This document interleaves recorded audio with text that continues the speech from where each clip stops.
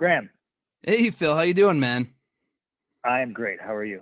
Doing fantastic. Phil, Punk, what's the best way to address you? Phil's fine.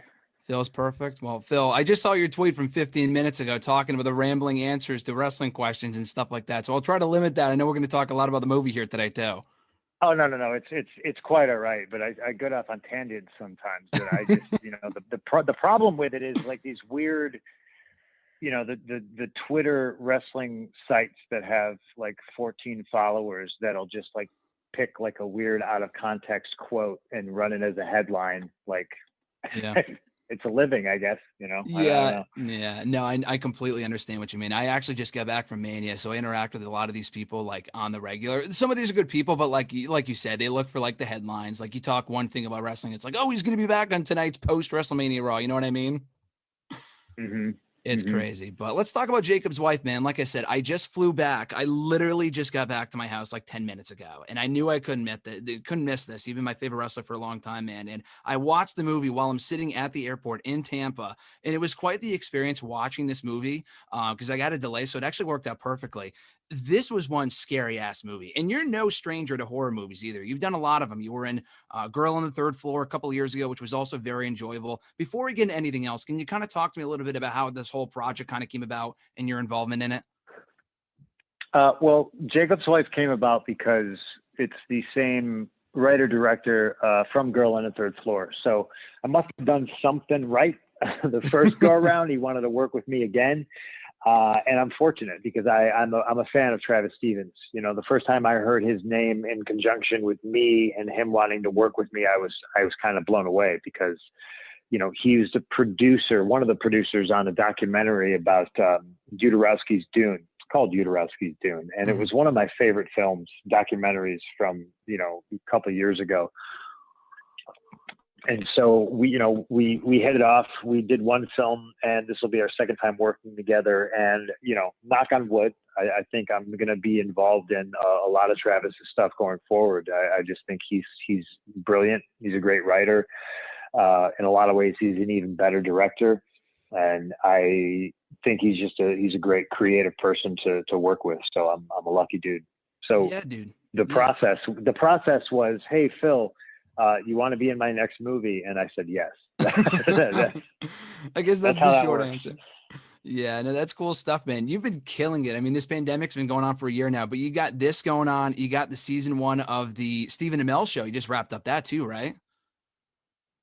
Just wrapped on that. I've been home for a few days now, and I still have a mullet, so I got to get my hair cut.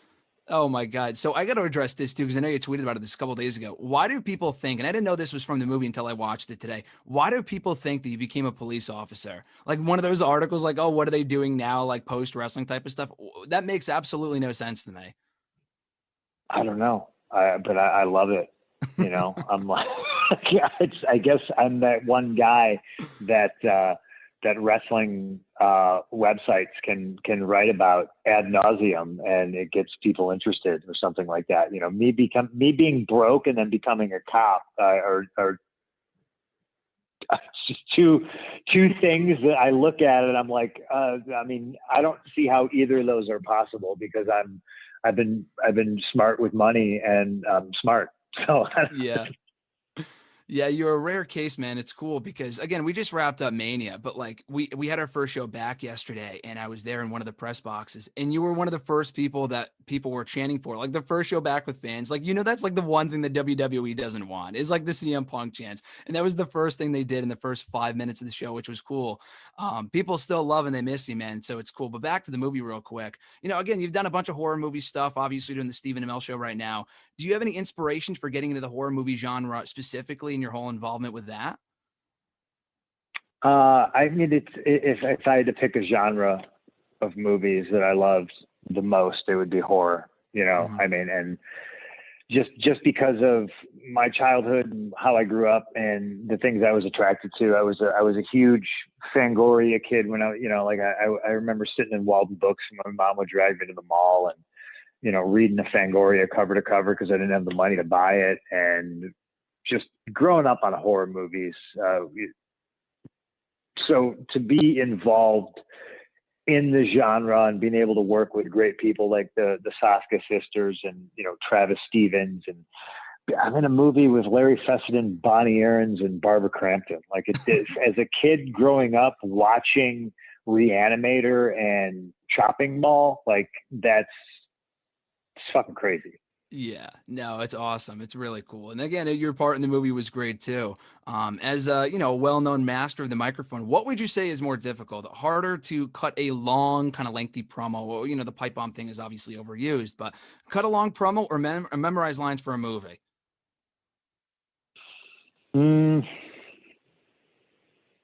What would I rather do? What was more difficult, I guess? What was more difficult? Looking at it now, I mean, live television, regardless of whether you got a soliloquy or you're out there standing, not saying anything. I think live television is always going to be harder than television and film, because even though you don't want to be that guy that needs 62 takes and you're not, you know, maybe so dialed into that scene you're shooting on any particular day, there's always that comfort of knowing, okay, we can just reset and redo it. Live TV, you got one shot. Mm-hmm. So that's a lot more stressful. And it can keep you up at night. But I just, you know, I just did it for so long and was just kind of, I don't want to say, like, I just got good at it. So, you know, yeah. I don't have the capacity now to look back at it and think, oh man, that was really, really hard. That's just what I did every day, almost, you know? But it definitely is. Live TV is definitely harder than, you know, shooting TV or film. No, that makes sense. And at a certain point, I'm sure it just becomes second nature to you too. With a movie like this, do you watch it back with your wife, obviously known to WWE fans as AJ Lee? Do you watch a movie back like this with her? And if so, like, what are her thoughts? And not only just the movie itself, but like your involvement with movies like this. She's not a horror movie fan. So she'll watch it because I'm in it. Mm-hmm. But she is not a fan of, you know, blood and gore and being scared at all. She's the kind of person that will probably watch this film and have nightmares. So I'll have to make her pancakes the next day. Fantastic. There's a lot of scenes in this movie too where you just don't see it coming. I won't spoil anything, but for people who check it out, it's definitely eye-opening. So you just got to kind of prepare yourself before you go into it. It's cool. You know, I know you reported backstage just recently too. Obviously came back to do that. That was probably the first time you would watch wrestling on the regular for, you know, as like a homework assignment type thing, probably since you left, mm-hmm. right? Yes. No, not probably 100%.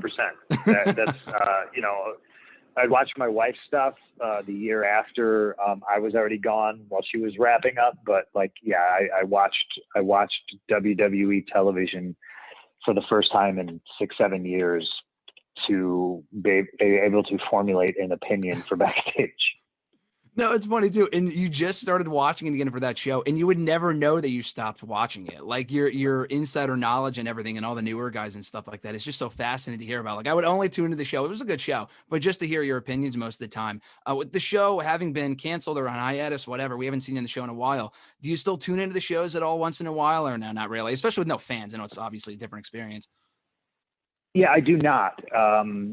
I think whatever I know just strictly off of social media, you know, yeah. Just because it's still, I mean, it's huge on social media. So it's somebody does something relatively newsworthy and it's in my feed. So I'll keep up with it that way. Or every time like the Royal Rumble comes around, I'm sure they're tagging you and stuff like, oh, is he going to be number 30? Like that type of stuff. But I guess that's just like the nature of wrestling fans, you know. That being said too, is there anyone still in the business that you talk to on the regular? I mean, maybe not in the regular, but maybe like on the occasional, like, hey, I saw this is what you did. Good stuff on this. Anyone that you might keep tabs on once in a while without actually watching the actual product. You know what I mean? I talked to Renee. But I don't know if she's even is she in the business? I don't know. Honestly, I don't even know she's gone now. Yeah, she left WWE. Yeah, but you know, she still counts. She's good. She's awesome. So no, it's funny. She is. Yeah, no, she's just fantastic. With stuff like this, I mean, you're playing a police officer in a movie like this. You got to still be keeping in shape for a role like this, right? Because you're looking great. I'm looking at this picture right now on your Twitter feed that you took for the Stephen Amell show, and you're still in great shape. Is it still kind of the same regiment that you were in while you were wrestling?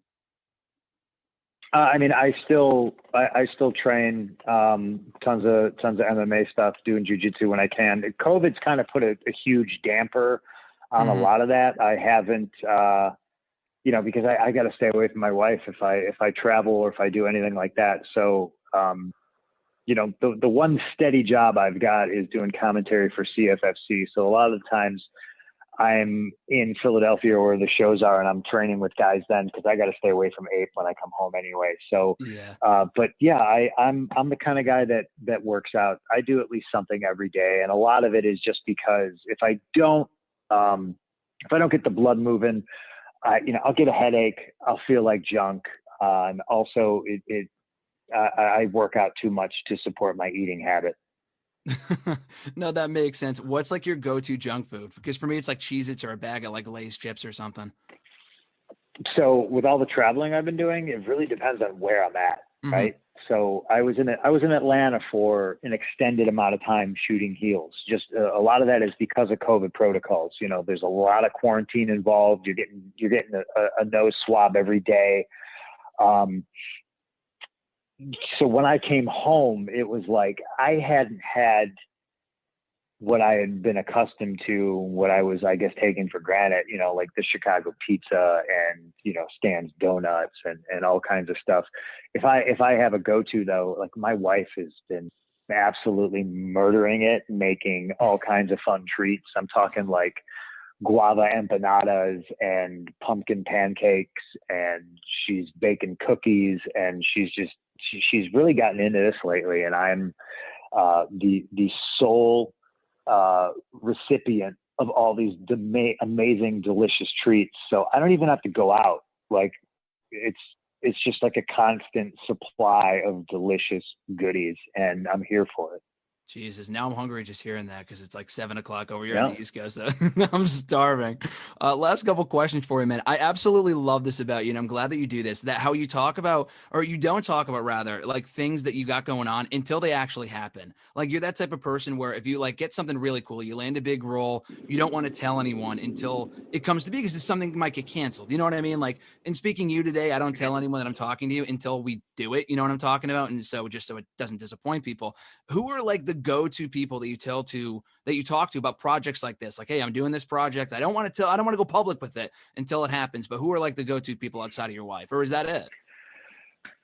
Oh, no. I mean, I got a small circle of people that know, what I'm doing at all times, but I feel like, especially in this era of social media, everybody overshares, you know what I mean? It's just like everything's, hey, I'm at the gym. Hey, I'm doing this. Hey, here's the food I'm eating, and I won't speak on a project unless it's already been spoken about by somebody else.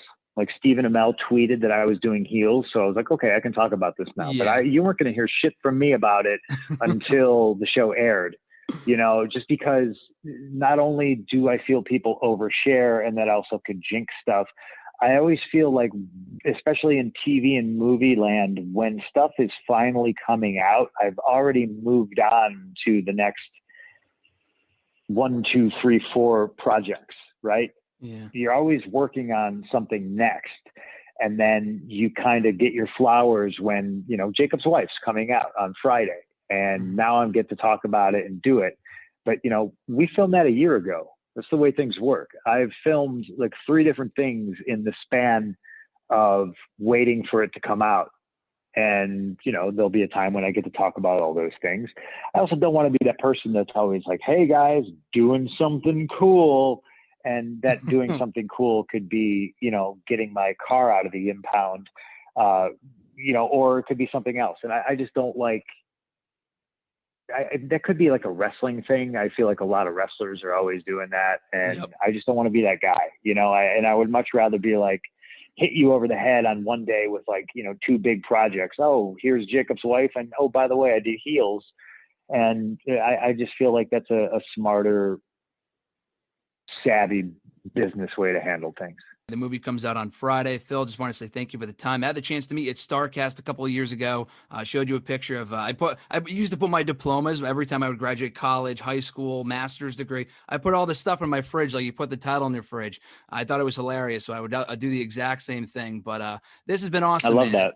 Yeah, I just want to let you know, but yeah, this has been great, dude. You've always been one of my top 3 people to talk to, so I appreciate it. But it's been cool checking all these movies. Jacob's wife comes out on Friday. People can check it out. This has been awesome, dude. Yeah, thanks so much, Phil. I appreciate the time. No problem. Thank you for the interview. Appreciate you. Thank you.